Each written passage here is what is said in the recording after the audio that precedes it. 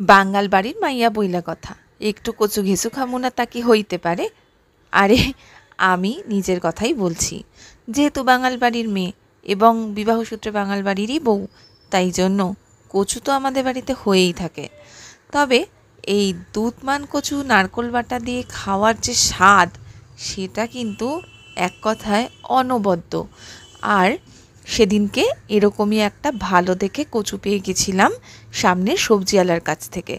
তো সাথে সাথে নিয়ে নিলাম একটা নারকোলও। প্ল্যান করে ফেললাম দুপুরবেলাতেই বানিয়ে ফেলবো এই কচু বাটা।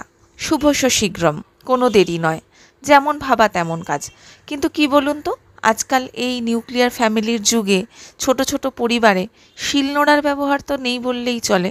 যেরকম আমার ফ্ল্যাটেই দেখুন, শিলনোড়ার কিন্তু কোনো ব্যবহার আমি করি না, আর অতটা পেরেও উঠি না। তো আমাদের জন্য এই গ্রেটারই ভরসা। গ্রেটার জিন্দাবাদ। একদম কচুগুলোকে সুন্দরভাবে কেটে ফেটে নিয়ে এই গ্রেটারে ঘষে নিয়ে তারপরে ছাঁকনিতে ভালো করে ছেঁকে যতটা সম্ভব রসটা, মানে ওই দুধের মতো যেটা বেরোয়, ওটা ফেলে দিলাম। তা না হলে তো আবার বেশি গলা চুলকোবে। তারপরে এই বাটাটাকে মিক্সিতে নিয়ে ওই নারকোলগুলোকে আগে থেকে যে টুকরো করে রেখেছিলাম আর লঙ্কা নুন দিয়ে ভালো করে একদম পেস্ট করে নিলাম। ও হ্যাঁ, সর্ষেও দিয়েছি।